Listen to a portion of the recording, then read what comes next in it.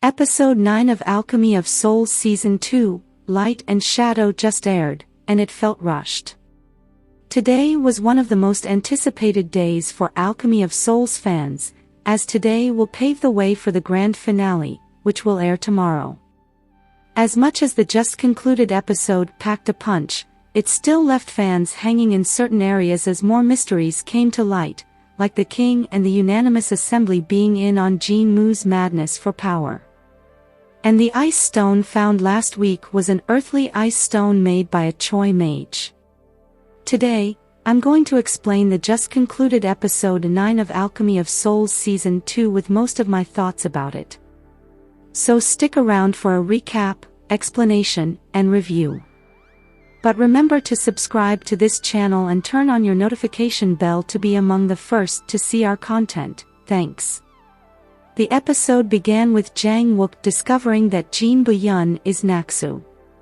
But before they could have a heart-to-heart, the crown prince interrupted.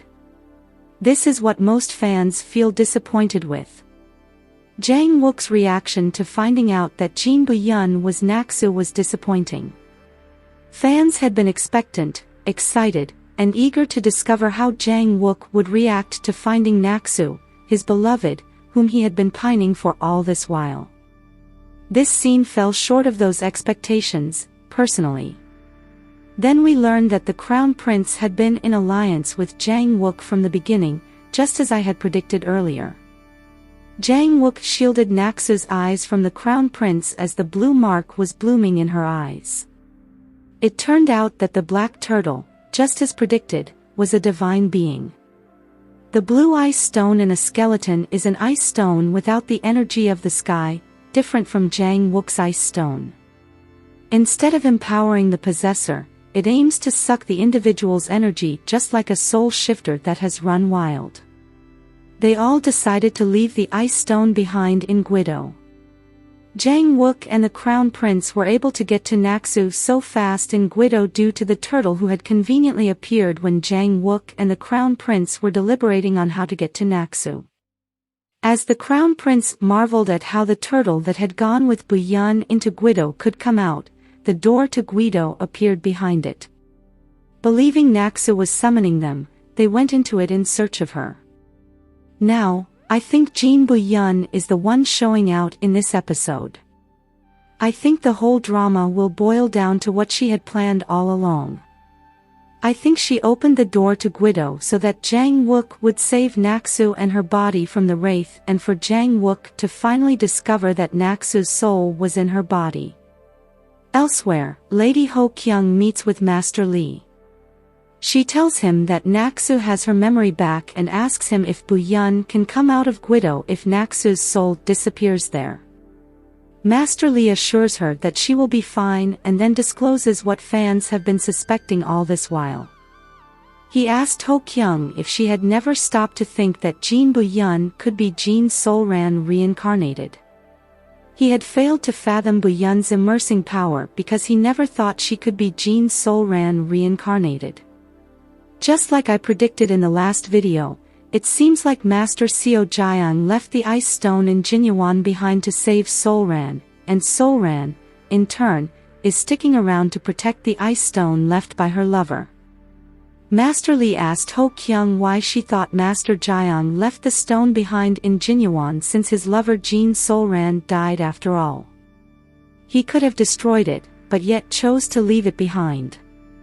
Lady Ho Kyung, being defensive, asked Master Lee what he was implying. Master Lee then tells her that he heard that she had first taken out the ice stone to use it to save her unborn baby that had died. And that baby grew up to be Jin Mu. If Jin Seolran's soul remained in the ice stone, he thinks maybe the baby she had saved could have been Jin Solran herself. Moreover, Mu was blind from birth, just like Jin Solran, and possessed extraordinary divine powers. He asked her if she had never found that odd. Lady Ho Kyung, flustered and defensive, asked how relevant that is since she gave birth and raised Mu herself.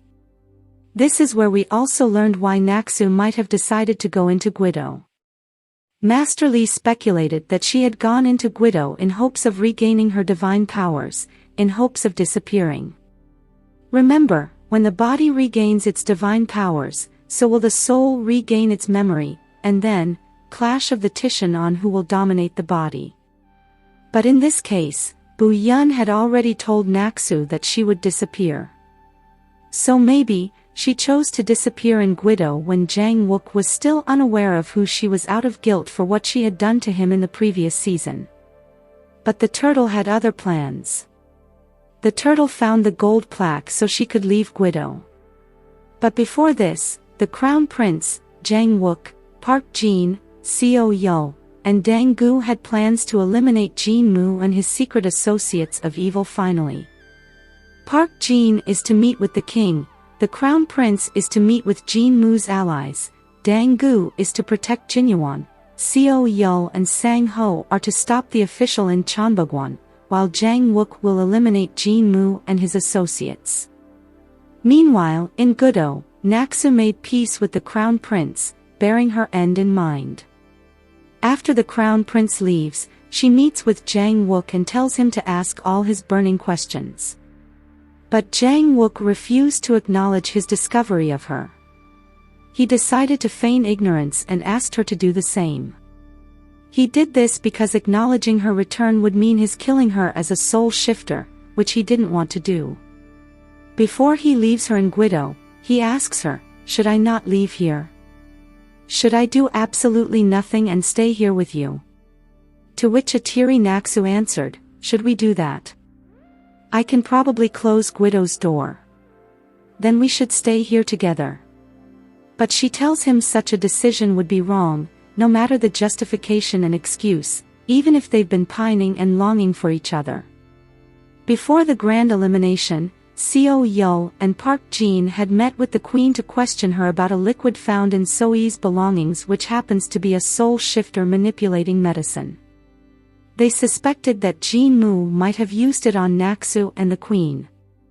But the queen wouldn't give Jin Mu away because of her desire for a young body. During the secret meeting, Jin Mu disclosed his plans to dry the world to obtain an ice stone from the sky during a rain ritual. Here, the crown prince disclosed his plans with Jang Wook to stop Jin Mu's madness.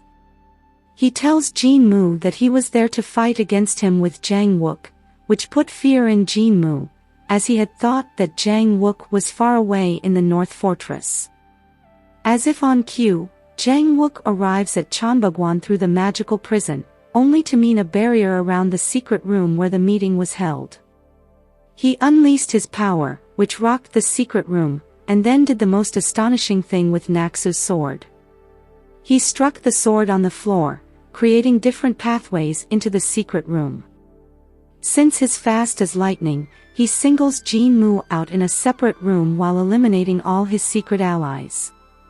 He sent Jin Mu to Guido to meet Naksu as Naksu had asked him to. As much as he hated Jin Mu, he believed that revenge wasn't his to execute but Naksu's. Jin Mu enters Guido in pursuit of an ice stone he had seen through its door. He saw the Choi Mage's ice stone and decided to have it. Naksu, who had been waiting for him, decided to help him possess the ice stone, to which he agreed. She obliged before telling him of the implications of possessing such a stone. He would wither and die just like the Choi Mage who had possessed it.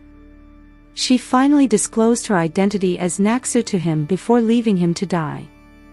As Jang Wook was paying the price of using the sword, Seo Yeol met with Naksu to tell her about Jin Mu's manipulation 3 years ago. How he was behind the chaos she caused and her petrification. He told her this to unburden herself of the guilt she carried because of the event. But she sees that as no justification for all she had done in the past. She asked him to feign ignorance about her identity as Naksu. Meanwhile, the king is mad at Park Jin about Jang Wook and Song Rim's elimination of Jin Mu without his and the unanimous assembly's consent. He marveled at the strength of the ice stone Jang Wook possessed with greed in his eyes. Elsewhere, the queen, upon hearing that Jin Mu had been sent to Guido, decided to go to Guido with Yoon. Upon getting there, Jin Mu took the soul ejector he had hidden in her body when he exchanged her body with Shaman Choi's. This made the queen finally remember that Jin Mu was the enemy. She died while Jin Mu used the soul ejector to shift into Yoon's body. Finally, Yoon is utilized in the drama.